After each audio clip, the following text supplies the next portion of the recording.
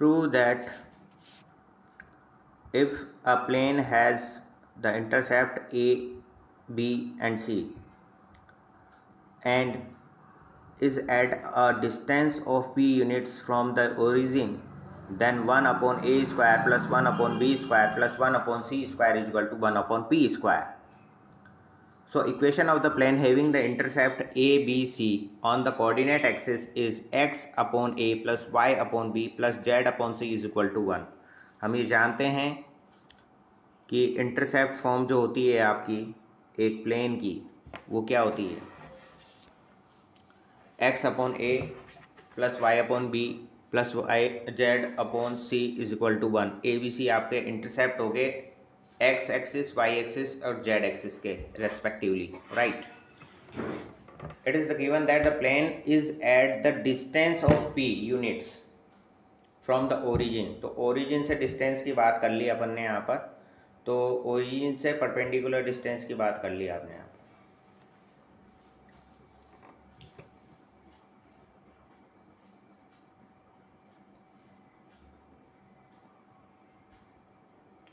So perpendicular distance हम निकालने का फॉर्मूला हम जानते ही हैं.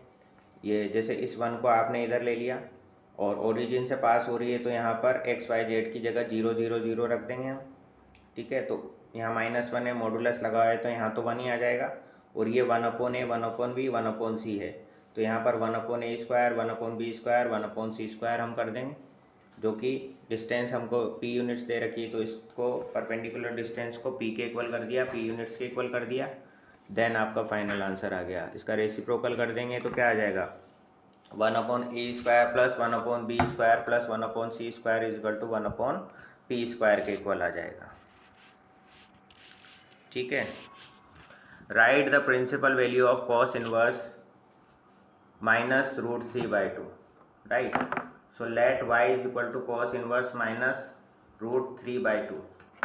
तो हम इसको क्या लिख सकते हैं, cos y is equal to √3/2 लिख सकते हैं.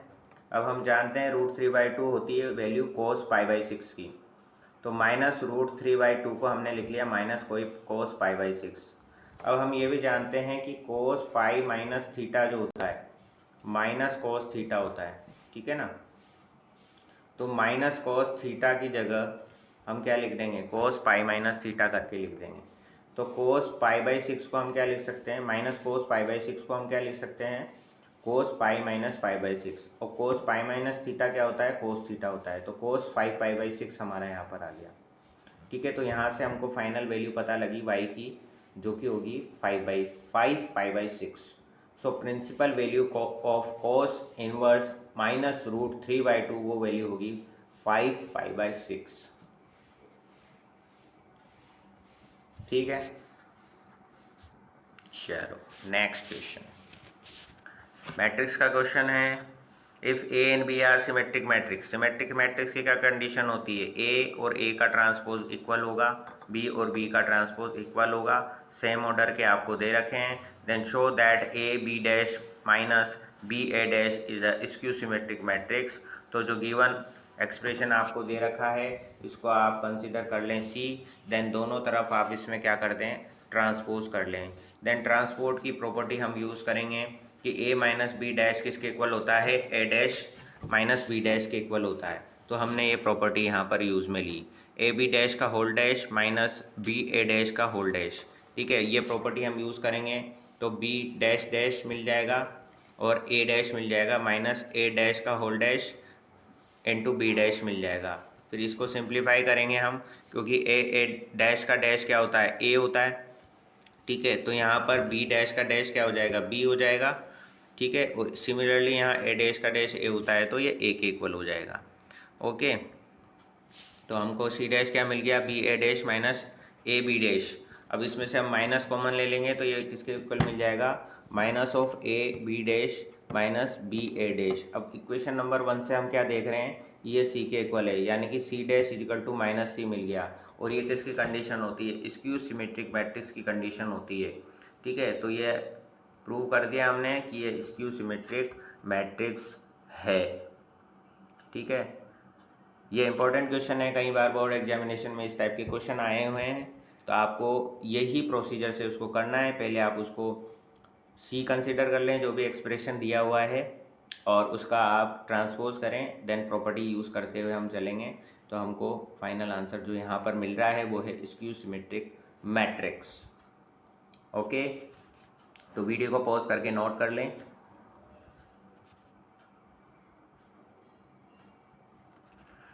नेक्स्ट क्वेश्चन आपके पास आता है, if A is a square matrix of order 3 such that adjoint of ए का डिटर्मिनेंट जो है आपको दे रखा है 64 के equal, right. Then find the value of determinant of A. We know that the formula of determinant of adjoint of ए का determinant जो होगा वो किसके इक्वल होता है, डिटर्मिनेंट ऑफ ए की पावर n-1 के इक्वल होता है, ठीक है।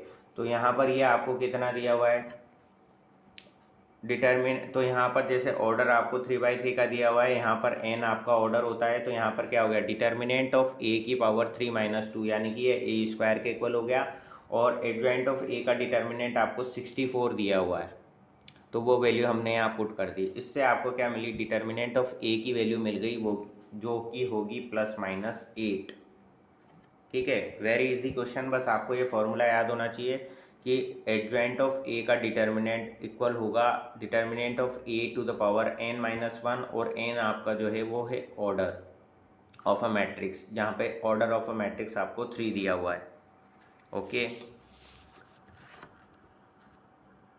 Next question, solve dy/dx is equal to 1/y² + sin y, ठीक है। तो हम क्रॉस मल्टीप्लाई कर देंगे, y वाली टर्म्स इधर भेज दिया हमने, और dx को हमने इस तरफ भेज दिया, यानी कि वेरिएबल सेपरेशन ही हमने किया है। देन सिंपल इंटीग्रेशन हमने किया है, integrating both side, then we get final result. जैसे y² का इंटीग्रेशन करते हैं तो y³/3 मिलेगा, और sin y का इंटीग्रेशन करते हैं तो -cos y मिलेगा, और dx का इंटीग्रेशन करते हैं, है ना, 1 dx का इंटीग्रेशन करते हैं तो x मिलता है, और c आपका जो है कांस्टेंट है ही सी, ठीक है। तो फाइनल आंसर आ गया y³/3 - cos y = x + c।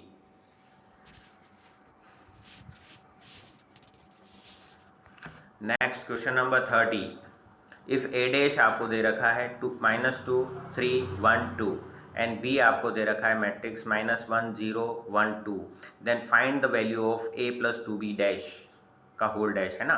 तो सबसे पहले a डैश से आप a निकाल लें, ठीक है ना। इसका वापस से एक बार और डैश करेंगे तो हमको a मिल जाएगा, ठीक है। और b आपको दे ही रखा है, b आपने ऐसा कैसे ही दे रखा है, इसका डबल डैश करेंगे तो a मिलेगा। ये प्रॉपर्टी होती है आपकी ट्रांसपोज की। सो हमने इसका ही वापस से ट्रांसपोज किया, तो ये रो कॉलम में हो गए, ये रो कॉलम में हो गया, ठीक है। तो आपके पास a की वैल्यू आ गई, क्योंकि यहाँ पर आपको a + 2b पूछा है, तो a तो हमने ऐसा का ऐसा लिखा ही, और 2b का मतलब क्या होगा, ईच एलिमेंट को आप 2 से मल्टीप्लाई कर दोगे b के, ठीक है। तो ये 2 से मल्टीप्लाई करने के बाद हमको ये मिल गया, ठीक है। अब इन दोनों को सिंपली ऐड करना है, तो मैट्रिक्स एडिशन हमको पता है, कॉरस्पॉन्डिंग एलिमेंट से हम इसको ऐड कर देंगे, तो फाइनल आंसर हमको मिलेगा -4 1 5 और 6। अब यहाँ पर इसका भी ट्रांसपोज करना है, तो रोज़ को कॉलम में कन्वर्ट कर देंगे। तो हम ये देख रहे हैं कि ये जो रोज़ थी उनको हमने कॉलम में करा कन्वर्ट, तो फाइनल आंसर हमको क्या मिला, -4 5 1 और 6, ठीक है। इजी क्वेश्चन है, वीडियो को पॉज करके क्वेश्चन को नोट कर लें और उसको अपनी कॉपी में सॉल्व करने की कोशिश करें, और आज फाइनल आंसर को आप मैच करें, ठीक है। हमारा टेलीग्राम ग्रुप भी है यूट्यूब चैनल के साथ साथ, तो आपको अगर वीडियोस पसंद आ रहे हैं तो वीडियोस को लाइक करें, शेयर करें, और चैनल को सब्सक्राइब करें। और हमारे टेलीग्राम चैनल को भी आप ज्वाइन कर सकते हैं, जहां पर आपको बोर्ड्स के सैम्पल पेपर 10th क्लास के 12th क्लास के दिए गए हैं, और उसके अलावा ऑब्जेक्टिव क्वेश्चंस भी आपको दिए हुए हैं, और हम इससे इन वीडियो से संबंधित जो है मटेरियल वहाँ पर आपको फ्री में प्रोवाइड करवाते हैं, ठीक है।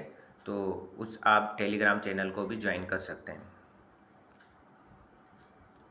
अरिहंत करियर क्लासेस कोटा के नाम से टेलीग्राम चैनल भी है हमारा, और उसका लिंक हम डिस्क्रिप्शन में दे देंगे, तो वहाँ से आप ज्वाइन कर सकते हैं उसे। नेक्स्ट क्वेश्चन आपका आता है question number 31, if matrix 3y minus x minus 2x 3 7 is equal to 5 minus 2 3 7 आपको दे रखा है। Find the value of y की आपको वैल्यू निकालनी है।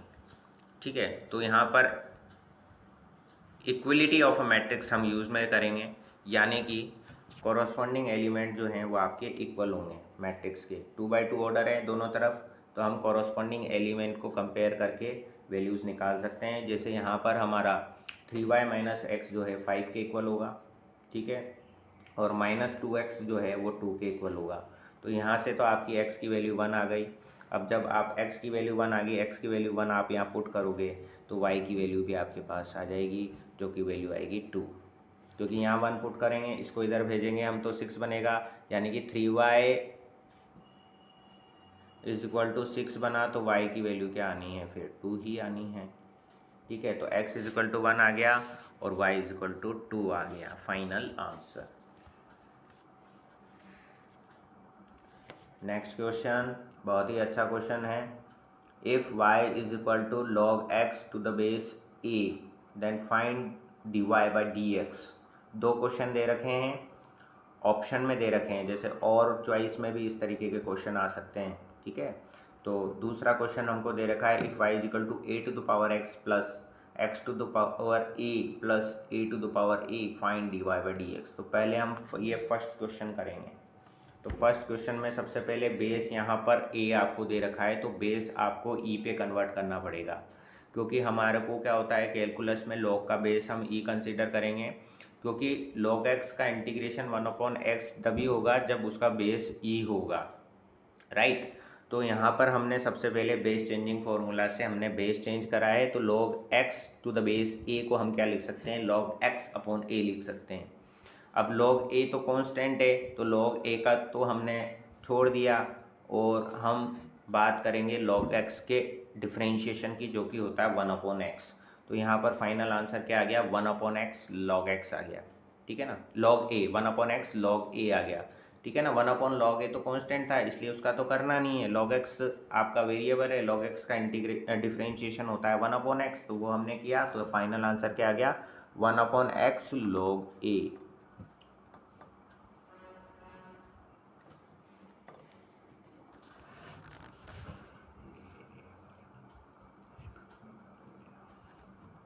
इसी के साथ हमको नेक्स्ट क्वेश्चन दिया हुआ है, y is equal to a to the power x plus x to the power a plus a to the power a। Differentiate करना है आपको।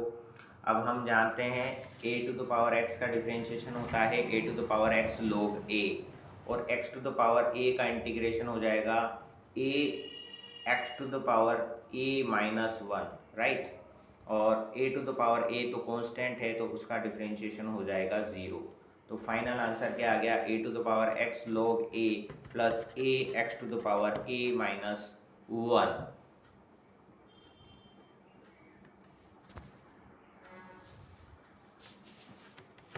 वीडियो को पॉज करके दोनों क्वेश्चंस नोट कर लें, very important question for board examination.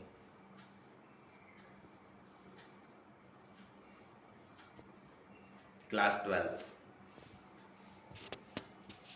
Next question integration का है, find the value of integration from 0 to pi sine to the power 50x into cos to the power 49x dx।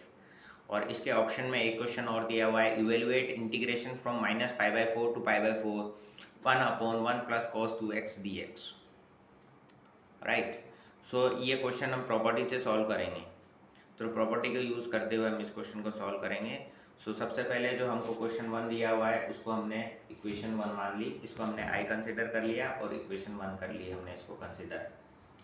After this हमने a minus x वाली property use में ली, जो कि property क्या होती है, 0 टू a fx dx वाली जो प्रॉपर्टी होती है वो होती है integration of 0 to a f a minus x, ठीक है, dx f a minus x dx, right. So a minus x करेंगे तो a की वैल्यू तो यहाँ पाई है, तो पाई माइनस एक्स कर दिया, यहाँ भी पाई माइनस एक्स कर दिया। अब साइन पाई माइनस एक्स तो साइन एक्स ही होता है, लेकिन cos pi minus x minus cos X होता है, ठीक है। तो ये माइनस बाहर निकल गया, क्योंकि यहाँ पे ये पावर जो है वो भी ओड है, इसलिए माइनस आएगा, ठीक है। अब इक्वेशन 1 और 2 को अगर मैं ऐड कर देता हूँ तो यहाँ बीच में इनका समीशन हो जाएगा 0। तो 0 का इंटीग्रेशन तो 0 ही होता है साहब। तो इसका आंसर क्या आ जाएगा, i=0 आ जाएगा। तो क्वेश्चन नंबर 1 का जो आंसर होगा वो क्या होगा, 0 होगा। प्रॉपर्टी में एक बार और लिख देता हूँ, कौन सी प्रॉपर्टी हमने यूज़ में ली है, integration from 0 to a fx dx जो है वो इक्वल होगा आपका integration from 0 to a f a minus x dx। ठीक है, वेरी इंपॉर्टेंट प्रॉपर्टी है ये। आपके बोर्ड में जो क्वेश्चन आएगा 90% चांस है कि इसी प्रॉपर्टी पे आपका क्वेश्चन आएगा, चाहे वो ऑब्जेक्टिव क्वेश्चन हो, चाहे 1 नंबर का क्वेश्चन हो, चाहे 5 नंबर का क्वेश्चन हो। जनरली तो 5 मार्क्स का क्वेश्चन आता ही है बोर्ड एग्जामिनेशन में इस प्रॉपर्टी के ऊपर, अगर डेफिनेट इंटीग्रेशन से क्वेश्चन वो पूछ रहा है तो। ठीक है, तो इस प्रॉपर्टी के जितने भी रिलेटेड क्वेश्चन हैं 7.11 के वो आप करें, अच्छे से करें, वो क्वेश्चन एक आपको जो है मिल ही जाएगा वहाँ पर 5 मार्क्स का। नेक्स्ट क्वेश्चन आपको दे रखा है वो हम देखते हैं। जैसे आपको नेक्स्ट क्वेश्चन दे रखा है उसको हम देखते हैं। i= integration from -π/4 to π/4 1/1 + cos 2x dx आपको दे रखा है। अब हम शुरू से ही बताते आए हैं, जब 1 के साथ cos आ जाता है तो हम उसको एलिमिनेट करते हैं। cos 2x का फॉर्मूला हमको पता है क्या होता है, 2 cos स्क्वायर x - 1। ठीक है, जब ये फॉर्मूला मैं cos 2x का यहाँ पर रख दूंगा तो यहाँ पे 2 cos स्क्वायर x ही मिलेगा, क्योंकि इस 1 से ये 1 तो कट जाएगा। ठीक है, तो 1/2 तो बाहर आ गया, और 1/cos स्क्वायर x को मैं लिख सकता हूँ sec स्क्वायर x, राइट। अब इसकी लिमिट भी हमने स्प्लिट कर ली, क्योंकि ये क्या है, इवन फंक्शन है, तो लिमिट जो है वो आपकी 0 टू π/4 हो जाएगी sec स्क्वायर x के लिए, क्योंकि ये इवन फंक्शन है। ठीक है, तो इवन फंक्शन पे हम क्या कर देते हैं, लिमिट को 0 टू π/4 कर देते हैं। तो वो जो प्रॉपर्टी हम यूज़ में ले रहे हैं वो प्रॉपर्टी में लिख देता हूँ कि अगर आपकी लिमिट -a से a fx dx आपको दे रखी है, ठीक है, तो आपका आंसर होगा 2 of 0 to a fx dx। ये प्रॉपर्टी हमने यूज़ में ली है जब fx आपका क्या हो, इवन हो। तो यहाँ पर fx आपका इवन है, इसलिए हमने ये प्रॉपर्टी अप्लाई कर दी। अगर fx आपका ऑड होता है तो आप डायरेक्ट आंसर 0 लिख सकते हो, बट यहाँ पर fx क्या है, आपका इवन फंक्शन है। इवन फंक्शन है तो हम ये प्रॉपर्टी यूज़ में ले रहे हैं। अब देखिए आप, यहाँ पर हमने ये प्रॉपर्टी ली है, तो 2 of 0 to π/4 sec square x dx हमने करा है, लेकिन ये 1/2 भी है, इसलिए वो आगे वाला 2 कैंसिल आउट हो गया, 2 से 2 कैंसिल आउट हो जाएगा ना, इसलिए वो हमने यहाँ पर नहीं लिखा। ठीक है, डायरेक्ट हमने ये लिख दिया। अब sec स्क्वायर x का इंटीग्रेशन क्या होता है, 10x होता है, और लिमिट आपकी क्या होगी, 0 टू π/4 हो गई, राइट। तो हमने यहाँ पर लिमिट को पुट करा, तो फाइनल आंसर क्या आया, 10 π/4 - 10 0। अब 10 π/4 की तो वैल्यू 1 होती है और 10 0 की वैल्यू 0 होती है, इसलिए फाइनल आंसर क्या आ गया आपका, 1 आ गया। ठीक है, नेक्स्ट क्वेश्चन आपका आता है इंक्रीजिंग और डिक्रीजिंग का क्वेश्चन है। ठीक है, तो इसमें आपसे पूछा है show that the function x + 1/x is increasing for x is greater than 1। तो इसको हमने सबसे पहले fx मान लिया कि fx is equal to x + 1/x। अब हम इसका डेरिवेटिव निकालेंगे, यानी कि f' हम इसका फाइंड आउट करेंगे सबसे पहले। तो f' आ गया आपका 1 - 1/x², जो कि इक्वल होगा x² - 1/x² के। अब हमको यहाँ पे पता है कि x ग्रेटर देन 1 आपको दिया हुआ है, तो x² भी ग्रेटर देन 1 होगा अगर दोनों तरफ स्क्वायर कर लूँ तो। और इस 1 को मैं राइट साइड पे, लेफ़्ट साइड पे ले आया मैं। ठीक है, तो ये क्या हो गया, x² - 1 जो है वो ग्रेटर देन 0 होगा। अब यहाँ पर मेरे को क्या पता लग गया कि x² तो ग्रेटर देन 0 होगा ही सही, और x² - 1 भी ग्रेटर देन 0 है, तो आपको क्या मिला, s² - 1/x² एक्स स्क्वायर वो भी ग्रेटर देन 1 हो गया, क्योंकि एक्स ग्रेटर देन 1 आपको दे रखा है, यानी कि F dash x greater than 0 हो गया। इसका मतलब क्या हो गया, गिवन फंक्शन जो है एक्स ग्रेटर देन 0 के लिए इंक्रीजिंग फंक्शन होगा। ओके,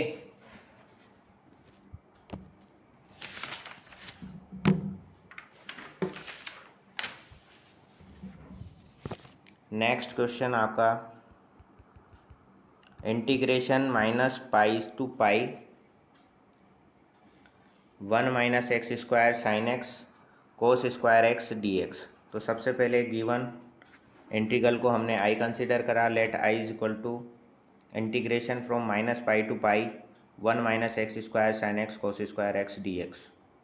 अगेन इस फंक्शन को हमने एक्स एफ एक्स कंसिडर कर लिया। ये गिवन फंक्शन जो है आपका एफ एक्स दिया हुआ है, ठीक है। तो अब इसको हम चेक कर लेंगे, अगर F x minus f x के इक्वल मिल जाता है तो वो ओड फंक्शन होता है। तो हमने एक्स को माइनस एक्स से रिप्लेस करा, जहाँ जहाँ भी गिवन फंक्शन में एक्स था वहाँ हमने माइनस एक्स रख दिया। तो यहाँ पर क्या मिला, 1 माइनस एक्स स्क्वायर मिलेगा, क्योंकि यहाँ तो स्क्वायर है तो वही मिलेगा। Sine minus x minus sine x होता है, और कोस स्क्वायर माइनस एक्स ये कोस स्क्वायर एक्स ही होता है, क्योंकि cos minus x cos x ही होता है। तो यहाँ से ये माइनस आगे आ गया, यानी कि f minus x minus f x मिल जाता है।